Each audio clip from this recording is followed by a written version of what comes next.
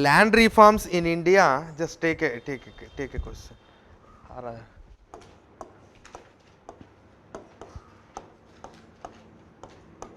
Land reforms in India. Land reforms in India is incomplete without conclusive land titling.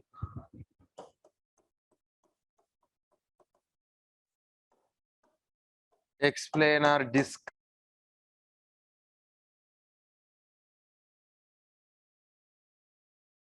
Okay, so land reforms in India is incomplete without conclusive land titling. Explain. So this is the question. So then, any idea?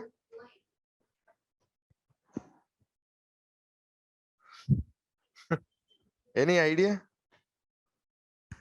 How will you? Conclusive land titling. Title, no titling. Giving a title process called titling. Tilting. Tilting is different. Titling. Title. Awarding a title. No? So okay. So what is the idea that you got? Because I am not here to explain the answer to this question, but because yesterday I have written about agriculture, but in that you haven't get any question on land reforms. So, but there is an every chance that you will get a question on land reforms. Every chance that you will get a question on land reforms. Okay. So no idea, but you know some idea about land reforms. So the moment you see the question, what you will say? You will write about the land reforms of 1950, 1970, and then you will conclude the answer with whatever the way forward you have. But is the question is about the 1950s and 1970s land reforms? No. So how will you? No, I'm not giving the answer to this, but you need to understand what all this conclusive land titling and what is the existing land titling, because I'm saying without conclusive land titling. That means there must be some other titling.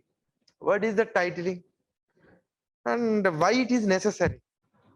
These are all things we'll discuss in this. Otherwise, I don't give question. No, you don't understand the. And online students, have you taken this question? Just take this question because the next explanation is going to answer this question. I don't know. Are you able to hear me? Yes, sir. Just take this question. Okay, then. Now, see, you all know the importance of land reforms and importance of land reforms in this country. The idea of land reforms or the philosophy and the philosophy of land reforms was there in the communist philosophy. It was in the communist philosophy. Because in Indian philosophy, that means Indian economic philosophy, we never thought like, actually we have an idea. We have an idea that every person should have a land. But by that time, already feudal system, which was started evolving, according to some historians, it is in the 11th century, some say 9th century itself, but it was started. Once this feudal system has started, the land has started being concentrating in the hands of the few absentee landlords. Generally, they don't cultivate it, but they are the landlords. And the land is concentrated in the hands of these landlords. And India was actually, it's not an agrarian economy prior to the Britishers. Agrarian in the sense, not that we don't know farming and not that we are not involved in the farming, but such a majority section of the society was not completely in the agriculture sector. Rural handicrafts, other small industries, other works are there. So it's something wrong to say that India was an agrarian society since time immemorial. It's a wrong statement. But when Britishers enters into India, because of their own self-interest, they have completely destroyed the rural industrial system and they have promoted commercial cropping like indigo and all other related things. But by the time of 1947, not even 1947, by the time of 1927 or 30, 35, already the Indian National Congress has inculcated the values of socialism in their mind. But once post 1997, what was the scenario? The scenario is people don't know what to do because it's a new generation. They don't have a skills. Now the agriculture is the only prime activity they know. But unfortunately, the basic raw material or the basic minimum thing for the doing of agriculture is land, and that land is not there. By that time, the communism has started its expansion, and it was already so successful in Russia in the year 1917, and the China is in the process of applying that socialism to its China in a different form. When Karl Marx has proposed the communism, he said like there are two classes in this society. One is exploitative class and another one is the working class. That is what the terminology he said, because you must know about communism. The question was asked in 2019. Now, what is the ultimate aim of communism and Gandhism? Stateless society. That was the answer to that, but you will understand over a period of time. See, so Karl Marx has said something. What he said, because in a society, and he said historical materialism, we call it as, suppose if you get a question of historical materialism is related to what? Which theory? It is about Marxism. So in the history, throughout the history of the mankind is the history of struggle. That's what Karl Marx said. The history of mankind was the history of struggles. Struggle between what? Struggle between classes. And which classes? One is the ruling class or the exploitative class, and another one is the working class. But lot of people thought Karl Marx has said about the European societies, because at that point of time in a European society, the feudal society was completely transformed into a capitalistic society. Feudal society was completely transformed into a capitalistic society. That means after 15th century, up to from I think around 6th to 14th century, it was the feudal society in the Europe. That means like how we have in India, like feudal lord, and land is in the concentration of that guy, remaining people has to work. That person may give that remuneration or not, but still you have to work. That was the society. But lot of revolutions were happened in the European countries, whether it is Britain Revolution or French Revolution or American Revolution. These revolutions are bourgeoisie revolutions. Bourgeoisie revolution. Bourgeoisie revolution in the sense, on the name of democracy. Because earlier there was the monarchical system, and under the monarch there are some feudal lords, and under the feudal lords common people are there. So in order to throw away that monarchical system, on the name of democracy, some revolutions happened, and that was happened in the European countries. And when you say democracy, but the different philosophical people has given different definitions, but democracy has its own different meaning and democracy has its own problems. But ultimately what has proven in the European countries is, according to Marxism, the society that was changed in the European society on the name of democracy is a bourgeoisie democracy. That means it is a capitalist. That means it's not a people democracy. All the people are not involved in that democracy. Only the few influential people are having their own say in the democracy. That is what the meaning. Generally, people cast vote, but can a common man like you and me can become the prime minister? It's very difficult. And what about your own self-interest in the democracy?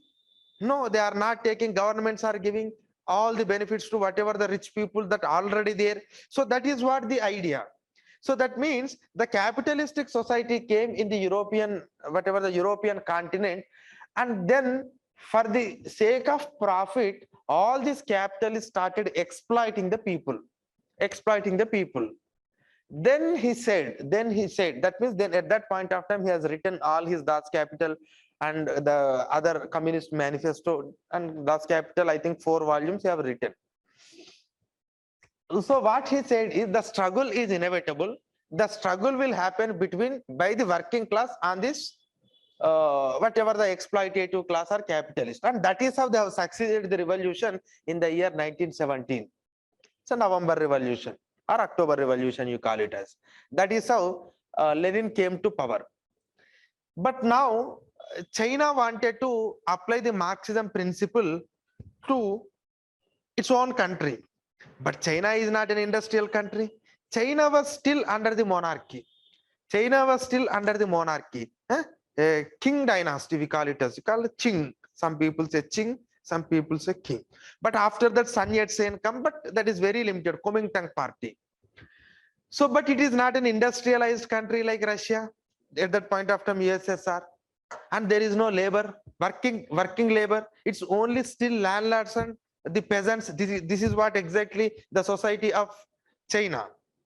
And when you're looking into India, Indian society is also the same, because India was not an industrialized country. Still, it was a feudal society. And even today, it was a feudal society to some extent, because that is why I'll come to that point later, so that you will understand some historical facts. But when it comes to the China, Mao has thought that no, you cannot apply the same principles of Lenin to China, because Russia was something different. It is an industrialized country. It is a capitalistic country where the unity among the working class is possible, and the working class number is in such a way that they can make the revolution success. But when it comes to the China, there is no working class. Even if you have a working class, very limited. So then he thought that no, if at all the revolution happens in China, that has to be combination of workers and peasants, and he called it as workers and peasants revolution movement. And when we influenced from the Russia, in the year 1927, I think in Purna Swaraj declaration of Lahore session, Jawaharlal Nehru himself declared as a socialist. I think you know that fact. Himself declared as a socialist. And after that, there was a separate social wing has started in the Congress. And there was a tough fight between Gandhi and Subhash Chandra Bose and Gandhi. These all things you can understand. But at that point of time, Jawaharlal Nehru realized that, okay, this is something a very good model, planning model, and the name of that we have started implementing. But by that time, even Jawaharlal Nehru thought that by observing the Chinese model, yes, India is a peasant, or India is an agrarian society, and that too it is a feudal society. As long as this land is concentrated in the hands of few people, perhaps you cannot liberate this society. So somewhere you need to implement the land reforms. And by that time, that means before we got the independent itself, that means at that point of time, there are a lot of peasant revolts started in this country, like Telangana peasant revolt movement, Tevaga movement, and your famous Ponnapra Vailar movement. And these are the movements that were started and the name of communism, or with the philosophy of communism, that this is a feudal society. In a feudal society, if at all we want to bring a people republic, the peasants must revolt against the landlord and they have to capture the land. Then only this society liberated. So the idea of USSR has now changed in India. Their working class has to fight against the capitalists, but here the peasant has to start fight against the feudals. But there was a considerable shift happened in the feudalism. All the feudal lords become the politicians, and the Congress leaders they become. So now it has become very difficult to implement the land reforms in India. But Jawaharlal Nehru tried to some extent, and I have explained in the class. Later, Indira Gandhi has become the prime minister, and Indira Gandhi tried to implement to some extent. But still, the total land reforms what we have distributed is something very meager, very meager. But now the land has been shifted to different hands. Now it is concentrated in the hands of the few people, but not in terms of land. But the land has sold and something happened, but entire wealth is concentrated in the hands of the few people, but not exactly the land. But even some amount of the land is also concentrated in the hands of the few people. I am trying to give the figures of that, don't worry. But at this juncture, this discussion may not be relevant to this topic, but anyhow I am discussing, I want to give it for your confirmation. But at this juncture, okay, government of India said we will implement a socialistic model. We want to implement the land reforms, but all the feudal lads become the Congress politicians. Now they have become the public representatives. They became the chief ministers and ministers. Now they don't implement land reforms. And land reforms has become a mockery in this country. And the Communist Party then started portraying the Jawaharlal Nehru government as a bourgeoisie government. A bourgeoisie government. That means the independence we got in the year 1947 is something like a revolution that happened in French and England and America. That means they haven't seen that movement as a people's movement. They only projected it as only a bourgeoisie movement. And now whatever the independence that we got in India is not a complete freedom. It's not a people republic, but again, it's a bourgeoisie. Why they said it as a bourgeoisie? Those people who face lot of trouble in the hands of the monarchs and those who worked at the Samantas. Samanta in the sense, do you know? I think Samanta. Local landlord, you can call it as local landlords. Now they started revolted. Now they become the rulers. Now there is no Nizam. Now there is no Maharaja Hari Singh. There is no Raja of Travancore. There is no Raja of Madras. So no Rajas are there. But those who were under the Rajas are now the becomes the ministers and chief ministers. So now this change happened. And when this change happened, the Communist Party has thought that, no, perhaps this is not the way what we have expected. So we need a people movement. Now the Communist Party has taken a different view. But at that point of time, the Communist Party has seriously thought that bringing a revolution in this country at this point of time is not at all good. Because the Indian army strength is very high. People don't have that revolutionary consciousness. Until the people don't have that revolutionary consciousness, you cannot bring the revolution. You cannot bring the revolution. Then they took some suggestions from the Stalin, and later they realized that, okay, we will sync up with the democracy. With the democracy, we will sail for some more time. That is how Communist Party has changed its stance. But in the decade of 1960s, after the Chinese Revolution, after the Chinese War, 1962 war, the Communist Party has completely shifted into two. And one said like, we need to follow the Chinese model. Another said that we need to follow the Russian model. And in the year 1967, there was a serious split happened in the CPIM.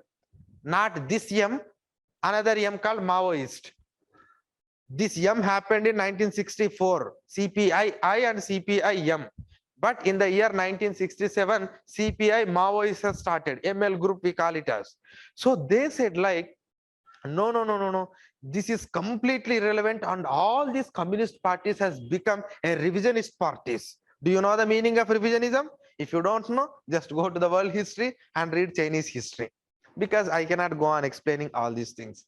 Actually, our class is not relevant to that. But anyhow, the whatever the now you call it as the Maoists or Naxalites, they said like, these communist parties are revisionist parties. Now the only thing is to bring a democratic revolution in this country. A peasant revolution is necessary. We need to fight.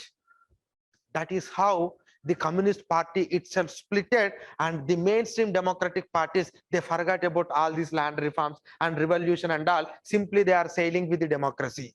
But the only single party, now it has confined only to the forest, and still they believe that only with this land reforms and the peasant revolution, you can liberate this society. That is what they are believing. But their reach, their scope, their influence is very limited. Very limited. Now they are changing their own agendas and they are bringing a lot of other issues into their own framework. But anyhow, Now the land reform idea was completely changed away. Now today, I'll tell you, some of the states are implementing land reforms. But what type of land reforms they are implementing is, because you need to understand this fact. The government is purchasing the land from somebody. Government is purchasing the land from somebody and they are giving it to the landless people. But this is against the philosophy of the land reforms. What exactly the land reform philosophy? The land and wealth is concentrated in the hands of the few people. You need to take away the wealth and you need to give it to the poor people. But when you are paying the compensation, again you are concentrating the wealth. Again you are concentrating it. It may be in the hands, it may not be in the form of land itself, but it is in another form. It is in another form. But these were the discussions that happened between the communist parties and the Congress party and other parties. But anyhow, now, we have reached to 21st century, and now we are discussing about again the land reforms. So now in the 21st century also we are discussing about the land reforms. See, at that point of time, why we actually thought land as a prime source? Because it's a feudal society. That is the reason why only peasant movement can liberate the society. That's what their philosophy. But today where are we? I'll give the communist perspective. And some of the communists strongly believes that it is the capitalistic society where all the trade labor unions must fight against the central government.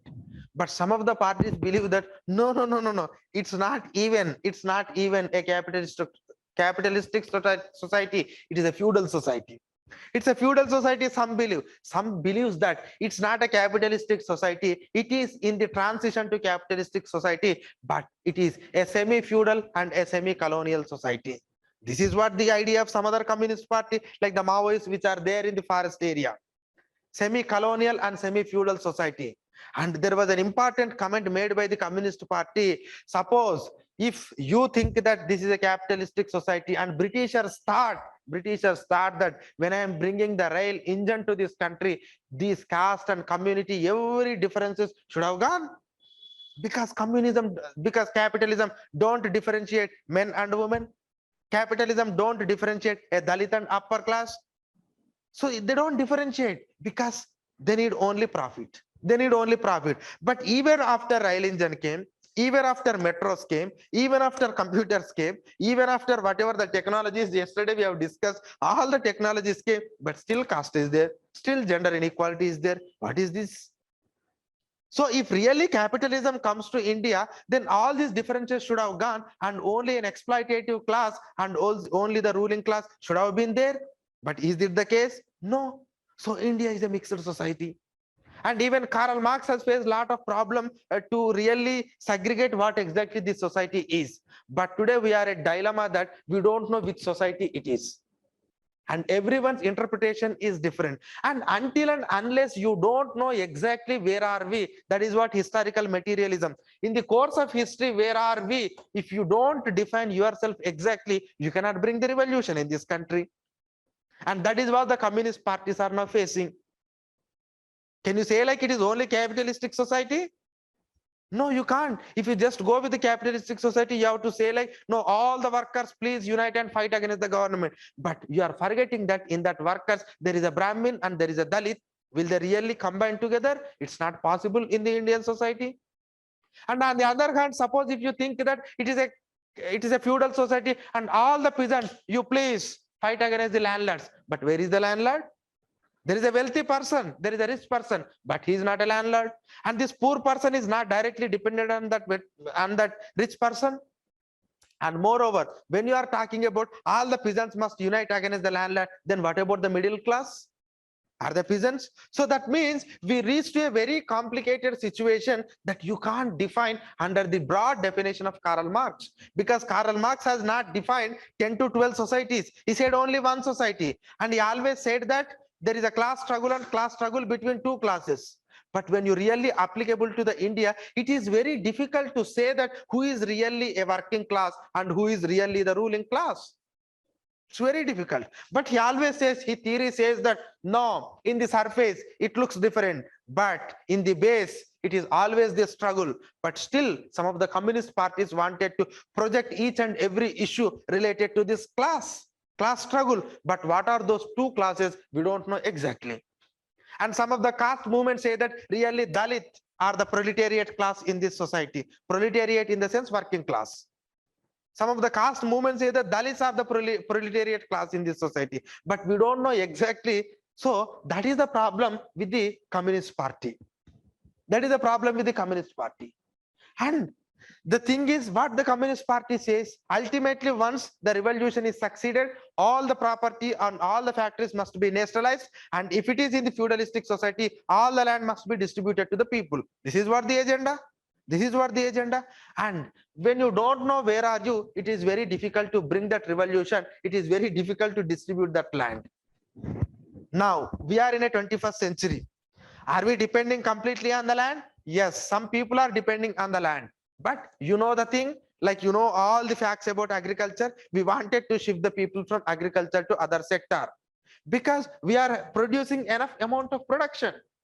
We are producing enough amount of production. But if at all we wanted our people to liberate from this slavery, if at all we wanted to make our people rich, they must earn more. And you know that the agriculture sector cannot give much employment. You need to bring the reforms in the agriculture sector. But apart from that, you need to give more and more employment opportunities to the people in the secondary and tertiary sector. Then only you can liberate these people. If ulterior motive of you is to really liberate the society and make everyone rich, then land reforms alone is not the problem, because you understood that the agriculture sector itself is inefficient in this country. You no need 45% of the people to depend on this agriculture. Now the society is growing. This was not the society of 17th century or 18th century. Technology is growing, industries are coming. So you wanted to shift the people from this base to that base. So it's very difficult to implement. It is very difficult to implement the land reform because it has no relevance. Then what you need to do? You need to educate your people. You need to skill your people. You need to attract the investments. You need to provide proper employment. Then only you can liberate. If really Karl Marx exploitation comes in the capitalistic society, we'll see at that point of time. If really the labor united and they will fight against the capitalist class or not, that's a different society. But where are we today? The only possible solution is giving employment and providing skills, providing education. This is the only way through which we can liberate this society. That is what we came to here in the 21st century. But in this 21st century, now where is the land? Now the land is not concentrated in the hands of few people, but still it is concentrated to some extent. But if your strategy in the 21st century is, to provide provision of employment, we need to start industries, we need to create the employment. Now how the land is related to the present day development process, how the land has creating hurdles for the development of the present day developmental thing. Once you understand this link, then you can understand the concept of the conclusive land titling. But I'll give some facts before I enter into this discussion.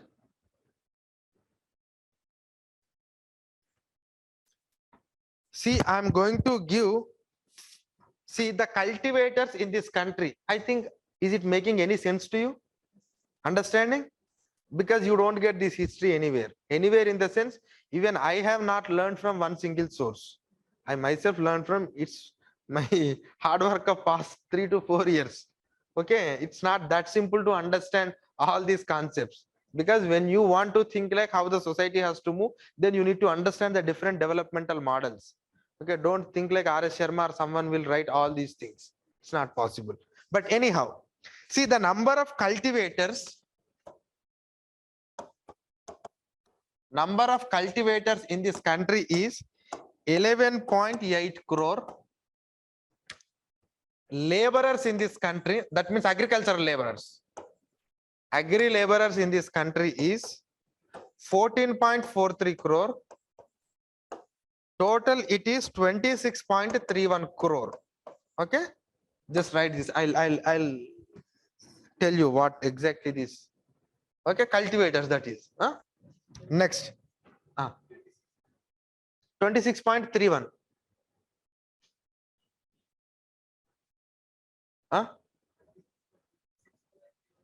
Will it come to how much? Okay. So next, total net area sown. Total net area sown.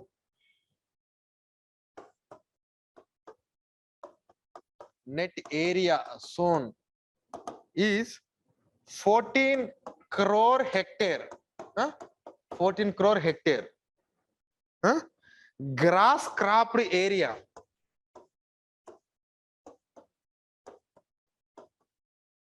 Grass cropped area is 19.83 crore hectare. Once you write this, now tell me the difference between those two. I think Srijit can. Net sown area, total net sown area is 14 crore. Grass cropped area is 19.83 crore.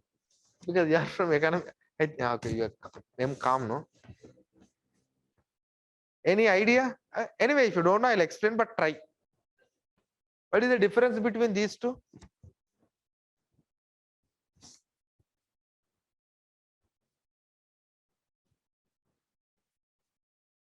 See, shall I? Srijit, will you try or shall I? Okay. Okay. See, you are having a 2 acres of land. You are having a 2 acres of land. It is a net sown area, but you cultivated in 2 seasons. So you are totally cultivated how much? 4 acres. That comes under the grass. Simply. Did you get the point? Should I repeat again? You listen to me when I'm explaining. See, you are having a 2 acres of land. So maybe you have cultivated in 1 season or 2 season. It doesn't matter. 2 acres of land. That is net sown area. But suppose if you grow it in 2 seasons, you're totally cultivating 4 acres. If you're cultivating in 3 seasons, so it is 6 acres. That is the grass cropped area. One thing I want to tell you, whatever the total land is there in our country, we are not cultivating in 2 seasons. We are only cultivating in 1 season, or maybe let it be some of the horticultural crops are there. Take about your rubber, take about your mango. You will cultivate in 2 seasons? No. But there are some lands which are cultivated in 2 seasons. There are some people who don't cultivate in the second season because of lack of water. So the problem, things may be made. So that is this is the exact area that is we are having with us. But because of the double cultivation, it comes to around 20 crore hectares. Is it clear? Okay. You should have understand this term by this time. But anyhow, once you completed this, now I am going to give another information. Make note of it because this is important. See, now I am giving the land holdings and their area.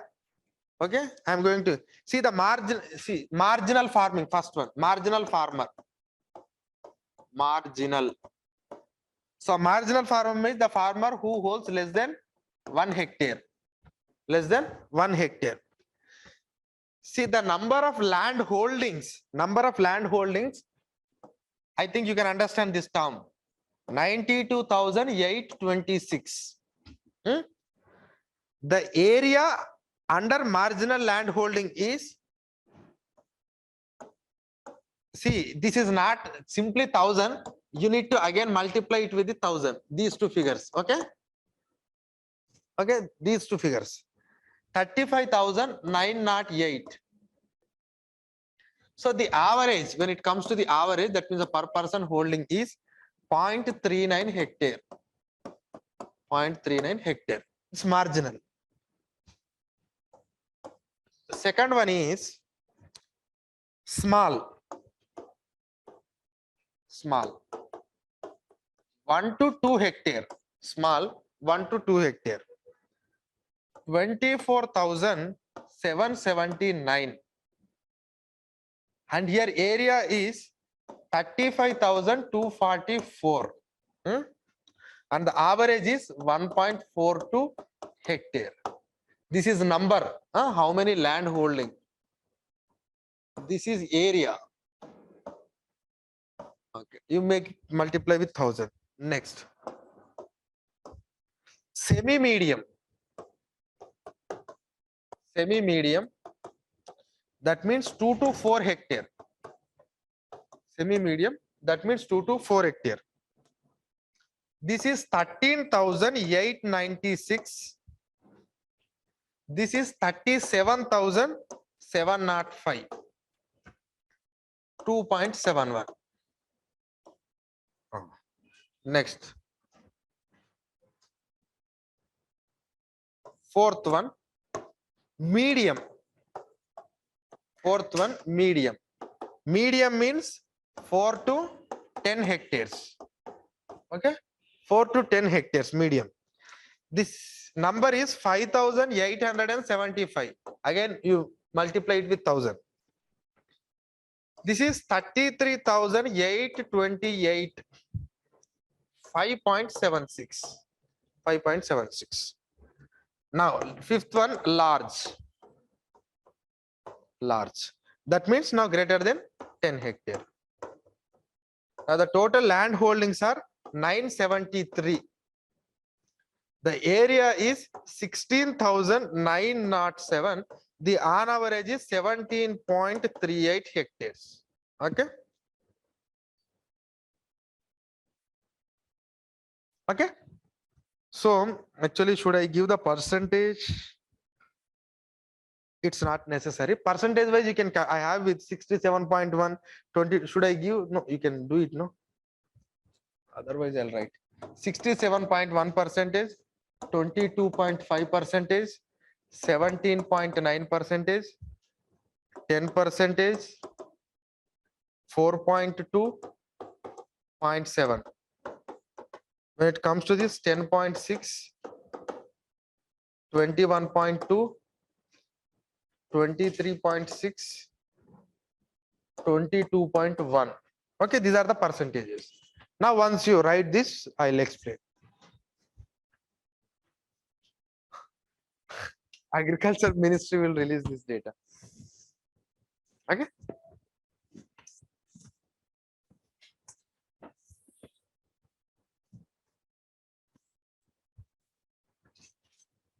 Okay, have you completed? Sujita, you can take it later from Vinu. No, otherwise you don't listen. Okay. So once you completed this, Srijit, otherwise if you don't listen again, you will ask me. Okay, completed? Okay. See, now you know the fact, some facts you know because I've explained in the class. Like some of the people are holding huge amount of land. Now I'm not getting into the details because our discussion is something different. See, I can say like, see, now if you're looking into small and marginal farmers, it comes into around how much? 67, 77, 77 plus 8, 85. 85% only marginal and small holdings. Small holdings. Remaining are this. But if you're looking into that, this marginal and small holdings are holding only around 44% of the land. Remaining 56% of the land is in few people. And I'm just removing the semi and medium people also. But if you're looking into this is 85, 10, 95. Remaining 5% of the people are owning 31% of the land. 31% of the land. And immediately I can argue that now we have to take the land from this 31% of the land from these 5% of the people and you need to distribute it. That was the idea earlier we used to say. But now my question is, even if I distribute, you cannot distribute it because it's not possible now. But even if you distribute it, what they will do with this land? Because land is not a prime income source and our policies are not towards that. Government is not interested in doing that. But I am going to give an interesting figure, like how many cultivators are there in our country. What I have said the number, 11.8 crore is the cultivators. How many land holdings are there? 13.83 crore. So land holdings haven't given no number. This total land holding number is 13.83 crore. 13.83 crore. Don't forget, I ask you to multiply with 1000. Okay, that comes into lakhs. So how many land holdings are there? 13.83. Just for the sake, take 14 crore. How many cultivators are there? 12 crore. 12 crore cultivators, land holdings are 14 crore. Now the point is, what about these 2 crore land holding people? Are they not cultivators? If not, what they are doing? And what about that land? Making sense? Did you get the point? 14 crore people are holding the land in this country, but 12 crore people are farming, remaining are not farming. And the one who is a tenant, he is not a cultivator, but he is a laborer. That means 2 crore people in this country, a rough figure, it may not be very precision. 2 crore people in this country, they are holding the land, but they are not farming. I cannot say that the entire 2 crore land holdings are completely cultivated by the tenants. I cannot say. Maybe it is a fallow land. Maybe it's a vacant. We don't know. But I'll come to another figure. What is the net sown area in this country? 14 crore. Now, what is the total agricultural land in this country? I'll write here. 15.95 crore. 15.95 crore. 15.95 crore. That means 16 crore. Now you tell me, what is the net sown area in this country? 14 crore. That means this is the only area under cultivation. Even if it is 2 seasons also, we don't take. But this is a 14 crore net area that is there. But what is the total agricultural land in this country? 16 crore. What about this 2 crore? It not comes under the sown area. Either the land may be barren land, or the farmers don't want to cultivate it. Did you get the point? So now my point is, once you understood these facts, my point is, there are some people in this country, those who are owning a huge sums of land, but they are not interested in cultivation. Simply they are owning the land. They don't want to give it to the lease. They don't want to give it to anybody. But still they are owning the land. That land is vacant. That land must be used. This is what you need to understand. I'll come to the point why I have said this point. So there is some land in this country which is not cultivated by anyone, but they are owning. They are not themselves doing, but it is a fallow land. They are not cultivating anything. Why actually this condition has arisen? I am not saying like that entire 2 crore should also be converted into agricultural land. But I can say that this entire 2 crore of land must be given to the industrial development or any other value added purposes. Today, the land acquisition has become very difficult task in this country. So now, once you understood the statistics of the land is available in our country, but the land is not available to the industries, and without industries, you cannot make the society so progressive. Again, don't come to the argument like, sir, we have to distribute it to the farmer, landless people, and they will cultivate it. No, just remove that from your mind. You need to provide an alternative employment. For the alternative employment, you need an investment. For that, you need a land. There is a land that is vacant. But there is a land that is so shortage to the industrialist. How can you transform this land to that people? Simply you don't say like, sir, we need to take away this land from these people and sell it to the capitalists. No, they don't. If that is the case, they don't give that land. But unfortunately, that land is vacant and it is not productive. So my conclusive point is how we can use the unused land in this country. or to some extent the land. See, some agricultural people, they don't want to cultivate the land, they don't have any other opportunity, that is why they are going in agriculture. There are some areas, there are some people so interested about agriculture, they are making profit, but some of the people, they don't have any other alternative, that is the reason why they are in agriculture. But why not they are using this land for other purposes? Why they are not using this land for the other purposes? Means the problem lies in the rights that you are owning on the land. The problem is the rights that you are owning in the land. Suppose if I have an agricultural land, I don't want to cultivate, but I want to give it as a lease to you for running a poultry farm. But I'm so scared. Like if you run it for 5 years, 6 years, and after that you claim it as your own land, then it is a very problem for me. And I'm not interested in giving this land to the industries under the land acquisition. Because till now we have followed only a method of acquiring from the people and selling it to the private people. This is becoming a serious problem, because wherever there is a land acquisition, people come on the road and people are agitating, we don't want to give this land. But can't we really bring a system where the farmers don't lose a right, but a businessman can enjoy the benefits of that land? If that is the case, we can really expand the development in this country.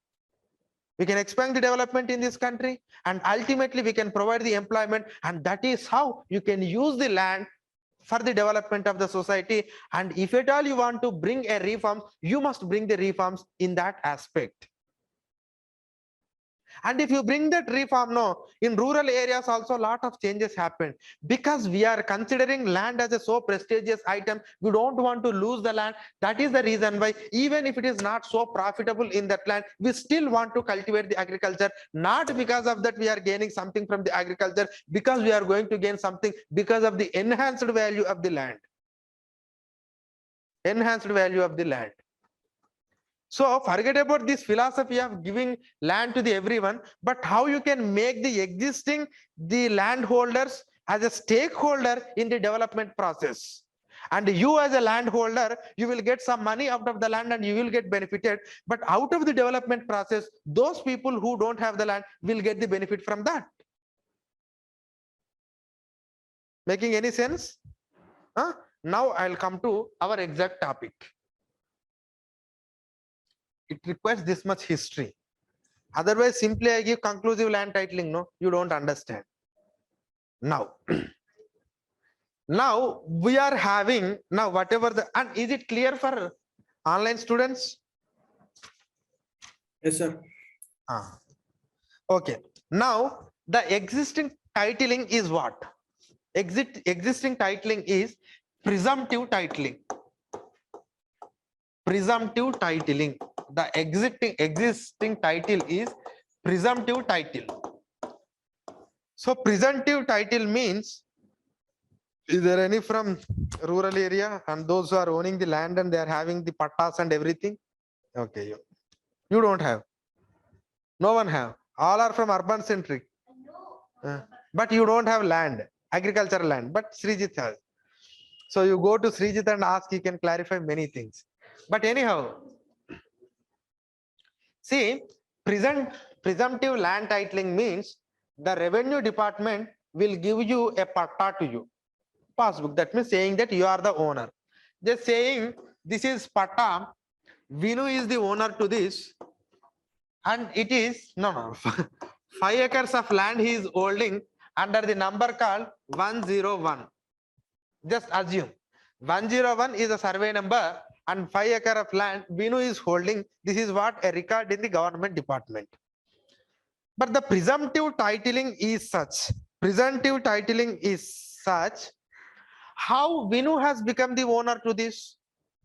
Because before I write the Vinu's name in the records, I must verify whether Vinu's father and Vinu's grandfather has owned this land or not. Or otherwise, whether Vinu has purchased this land from someone else. So here the ownership is completely determined through the past transactions. Through the past transaction. But in each and every transaction, whether it is from the grandfather to father or father to Vinu, or even from the outsider to Vinu, every transaction requires some amount of stamp duty. Because whenever you are transferring a property, you need to pay. So you will pay some stamp duty to the government. In registration department, you have to go and do in the registration department. But the problem with the you wanted that fan to be stopped. Should have.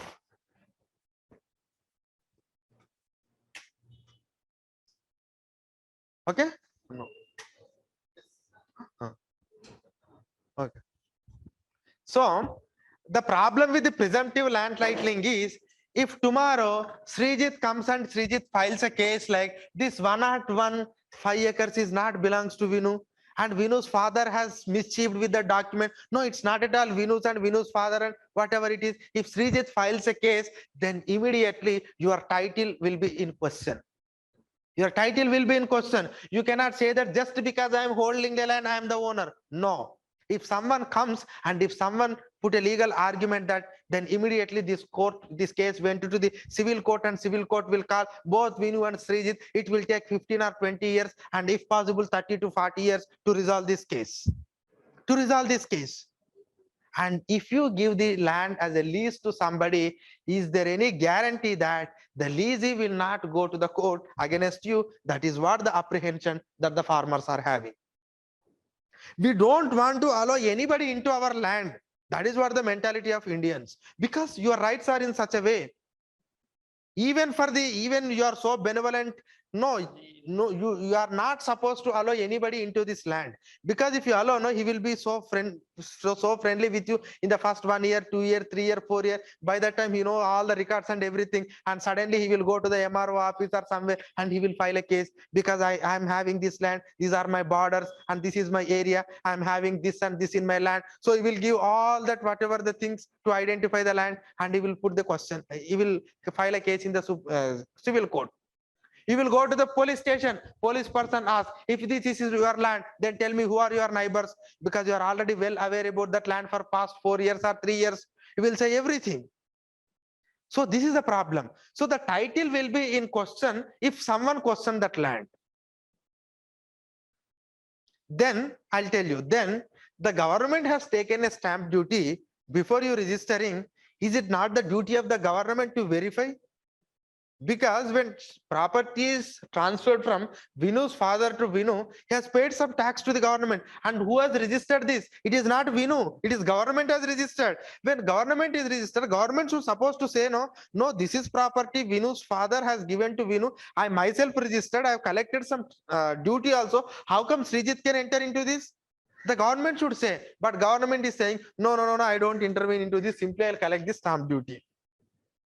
So that is the problem with the titling system in this country, that we call it as presumptive land titling. Presumptive land titling. Now I'll tell you what is a conclusive land titling. Conclusive land titling means,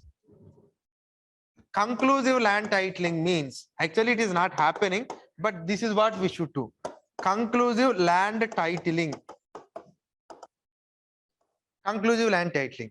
Conclusive land titling means, now the same case Vinu you take, and he has inherited some property from his father, or he purchased it from somebody else. The moment when you are paying the stamp duty, the government will provide the conclusive title. Conclusive title means, if tomorrow again Srijit comes and asks, no, this is my land, then government will say that I will verify the records. If it really yours, I will give the land to you, but I will provide compensation to Vinu. The government is guaranteed to that. The government is guaranteed to that. If the government is guaranteed to that land, we can give it as a lease to any number of people. Am I right? If there is no guarantee from anybody, then farmer don't want to lose this land, even though he knows that he will get some sort of rent on that land. Even though farmer knows that if I give it as a lease to somebody, I'll get rent, but he don't want that rent because he may lose the land. But today, that means if you bring conclusive land titling, so I am getting the rent, at the same time, I am also getting a right from the government. This is what conclusive land titling. This is necessary today. And until and unless you bring this conclusive land titling, you cannot complete the land reforms in this country. If at all your aim of land reforms is to bring the development and bring equality, provide employment, remove poverty in this country. Because in the 21st century, the only aim, if and in any century, our ambition is to bring equality and also to remove disparities, create employment, reduction of poverty. The land reforms in the 19th century, the land reforms of the 20th century has fought for this. But today the society has changed. The agrarian economy is overloaded with many people. There is a disguised unemployment. There is only less value addition to that. Now we need to use this land for other purposes. And if at all you want to use it for other purposes, there are many apprehensions are there in the minds of farmer. So and so, so and so, so and so. So in order to remove that, there must be a reforms must happen in the land. That is what conclusive land titling.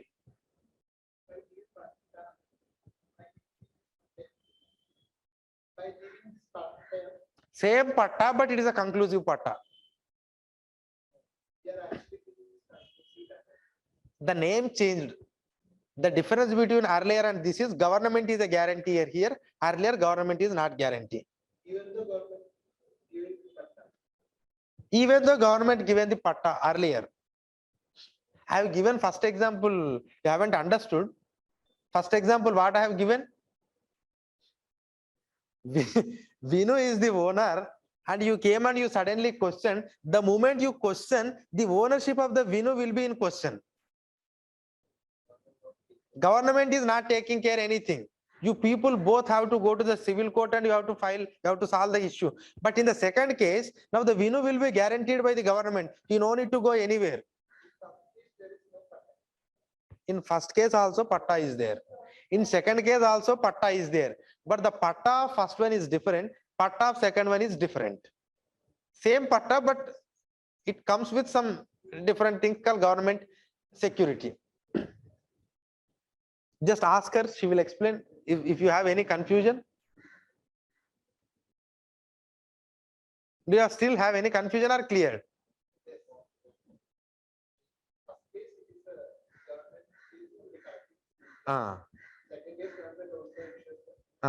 That's what. Okay. So you are making simple things to so complex. But anyhow, now the Niti Aayog has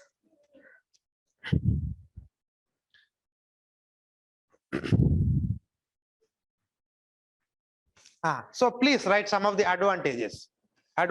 Conclusive land titling. Now less litigations. You know, just write government gives the guarantee. Okay. Next, less litigations.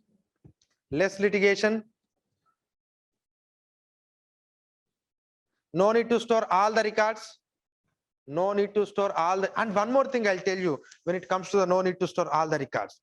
See, I'll tell you, because this is also one of the problem, that is why farmers are not leasing. Don't like they don't understand economy and they are so foolish. No, they know many things. See, now the same takes, hey, Mana, Srijit, listen. See, same the case I have told Vinu. See, Vinu has able to produce only 3 documents. And in revenue office, don't expect that they will store the records from past 60 years, 70 years. In some of the revenue records, it's not possible. Suppose if there is, suppose in a state like Kerala, suppose there is a flood, and if all that MRO office is affected with the flood, there is no digitization, everything gone. But Vinu able to produce that, his great grandfather has transferred to grandfather, from grandfather to father, father to Vinu. This is the records that Vinu is holding in his land. And we will expect that the same thing is there with the revenue department also. Revenue department is also having this record. But now suddenly Srijit entered into this exercise. Now Srijit understood that Vinu is having only these 4 layers.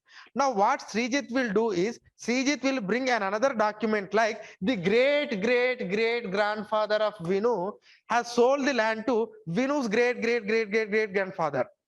If you are able to show this document, then it will be in question. Did you got the point? Okay. No, sir. Actually, this Vinu's great grandfather record is itself is in question. Because see, I am holding this. Then Vinu has to produce another fake document. So this is the problem. I think you understood. No, this is what the limitation in earlier. Now, once the government is giving the guarantee to the land, you no need to produce all these things. Once registered, you paid stamp duty, government has given conclusive land titling. If Srijit can bring n number of documents, let the land will be taken by Srijit, but I will get compensation. Is it okay? Understood? Okay, so no need to store all the records. I think you understood now. Otherwise, you don't understand this point. So I told you, every point has its own history and explanation.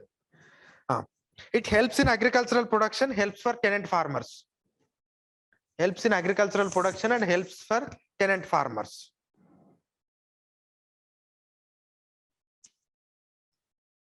So those laborers are those landless people, and okay, I helps in agricultural production, helps tenant farmers.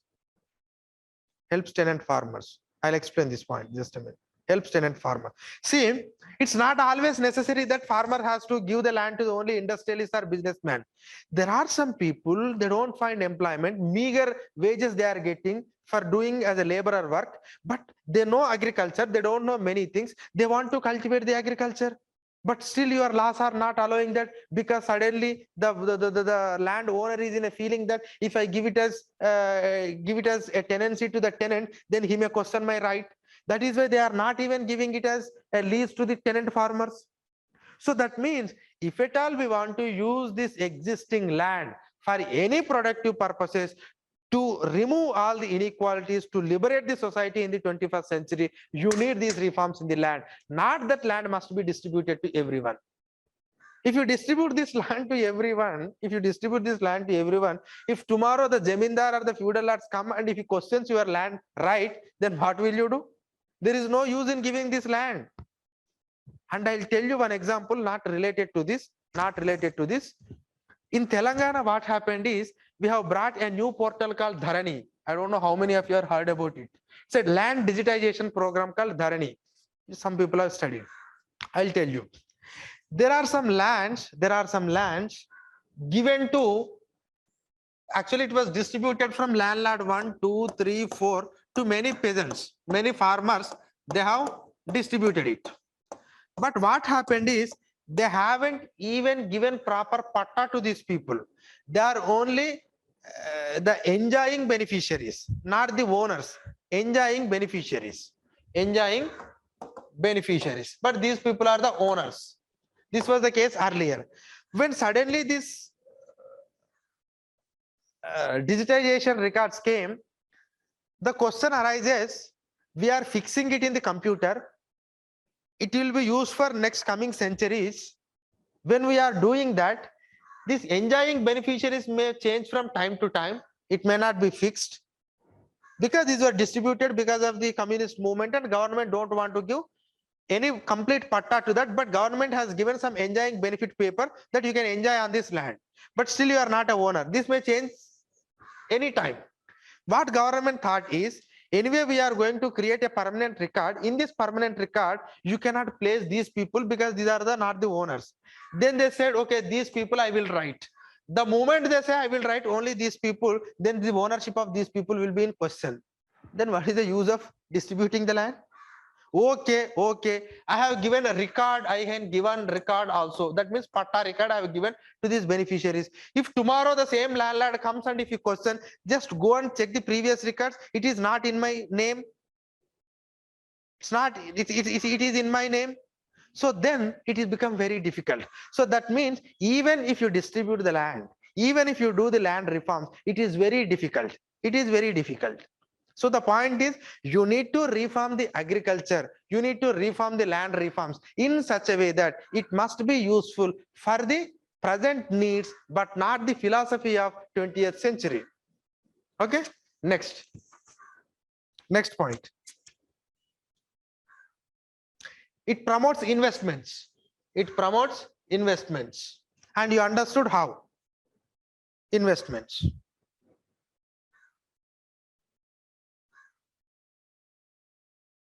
And you know, when it comes to the infrastructural projects, you need to acquire huge amount of land. And the problem with the infrastructure is, maybe to some extent, the governments want to compensate with a good amount of money, but the problem is not money, but the problem is court disputes. And what are these disputes? Vinu wanted to give his land to that project, but Srijit is questioning. Vinu want to take this, Vinu want to give it as a land because he's agreed to the compensation, but the ownership of the land is questioned by the Srijit. Then how can you start the infrastructure project? And in the land acquisition, you are all aware, if it is PPP projects, 70%, if it is a private project, 80%, that approval is necessary. And if the 20% of the cases are in the court, then it is very difficult. Got the point? So it will reduce the delays, or it will remove the delays of court cases in implementation of infrastructural projects. Okay, next. It brings transparency. It brings transparency. Transparency. And you know what the revenue department will do in this country? This is the thing they will do. Simply, someone will come, someone question, he will give someone to somebody, and they will call both the people, they will try to settle again the question. This is the thing they will do. Is it really required to really spend that much amount of money with these many people? Simply once you digitize, you don't need this much of personnel. Lot of waste of resources that is happening with this. Now, what Niti Aayog has proposed is, and earlier we have already started the digitization of land record program, but digitization of land record program is different to that of land titling. I'll come to that later, but just Niti Aayog has given a procedure. Just make a note of the procedure, and it is only model law, because land is state subject. State has to implement.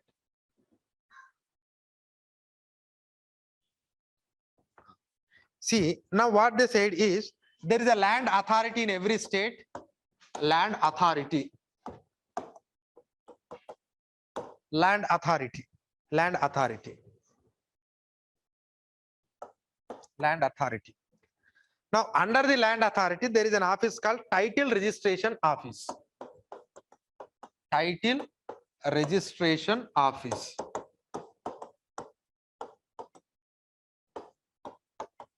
Title Registration Office.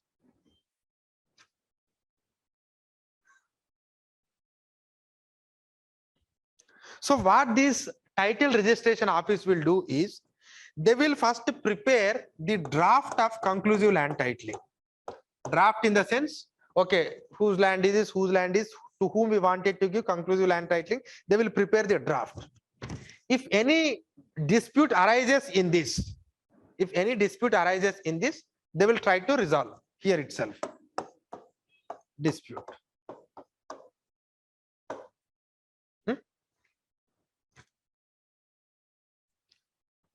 Now, if you don't satisfied with the result or the judgment given at this level, you can go for an appeal. Appellate authority is there, but that appeal must be completed within 3 years. Appeal must be completed in 3 years. Appeal must be completed in 3 years. There is an appeal to this. Appeal must be completed in 3 years. And after that, the final draft will be released. Final draft will be released. And once the final draft is released, then the government should give guarantee to all these things. And if at all any dispute is there in the final draft, you can only go to the High Court. You are not supposed to go to any court.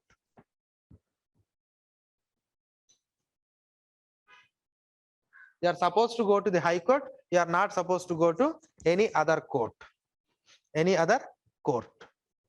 Got the point? Now, I'll tell you some of the problems. Because problems are there. It's not that simple. Okay. See, we have already started this digitization of land record or land modernization program. It was started, actually, should I give the name? But I'll read. National Land Record Modernization Program. National Land Record Modernization Program, which was started in the year 2008.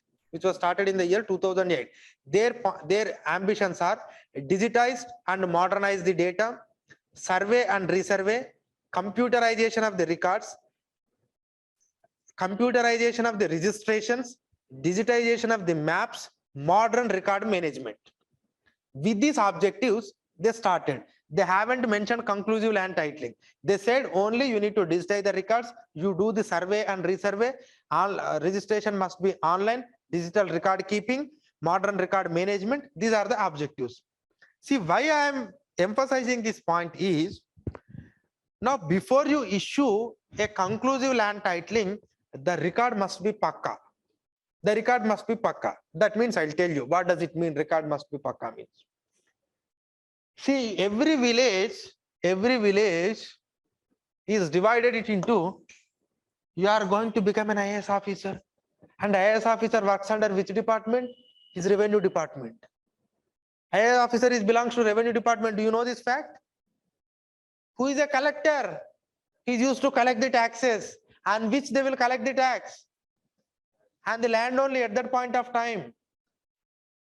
Over a period of time, there is no land collection and lot of the functions, because if anyone is from public administration, they can understand how the functions of the collector are now demising and how he is now confined to only few functions. But he is revenue. Okay? But now they are delegated to joint collectors and sub collectors. That is happening. But still, the ultimate revenue authority in the district is district collector. You must know all these things. But anyhow, so a village is there. A village is divided into different survey numbers. I think you know this fact. Don't know? Survey. Okay. Now my point is, before I giving a conclusive land titling, now Vinu is owning the 101 survey number, 5 acres of land. Okay? 5 acres of land. He is having a patta.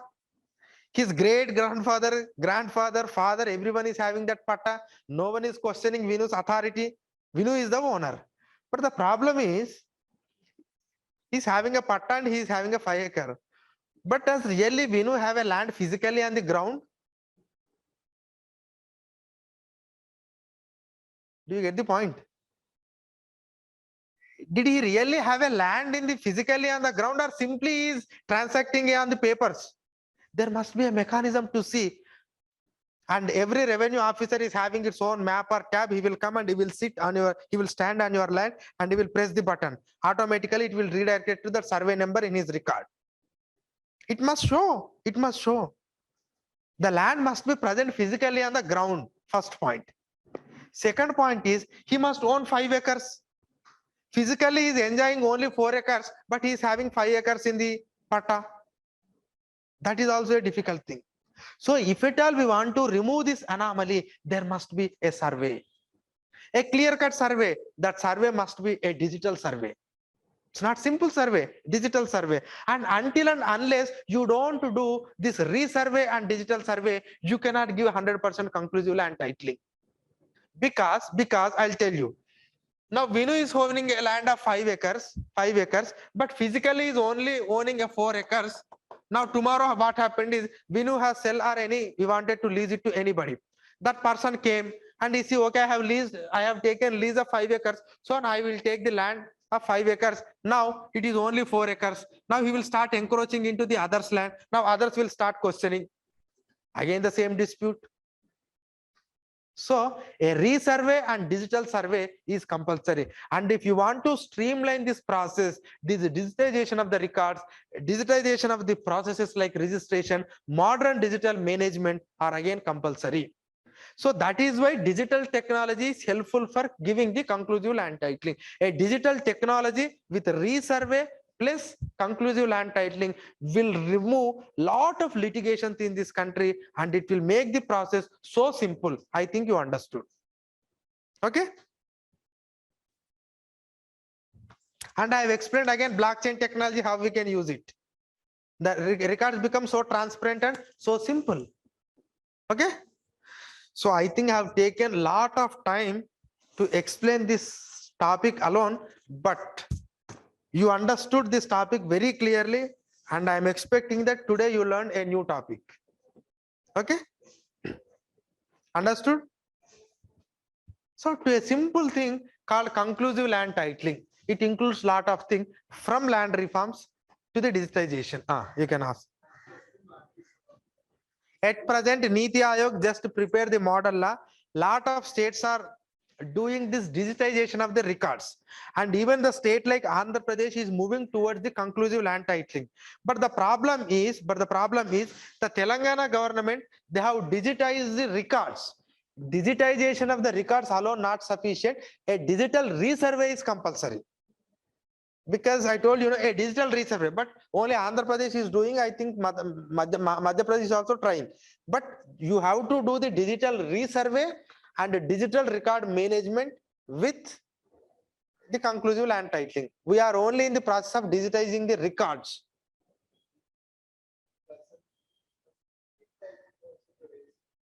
Once the conclusive comes, there is no use for presumptive.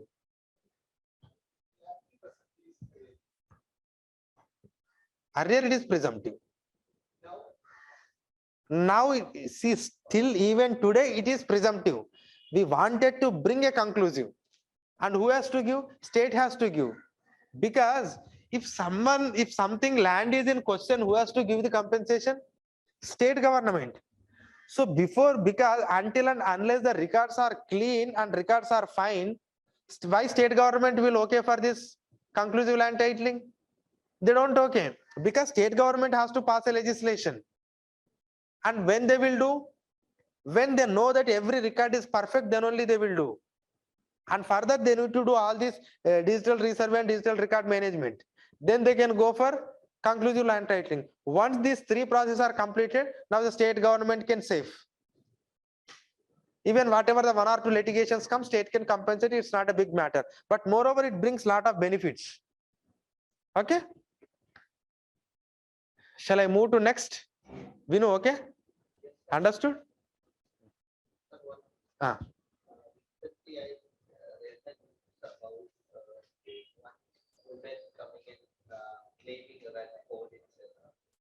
This is the problem.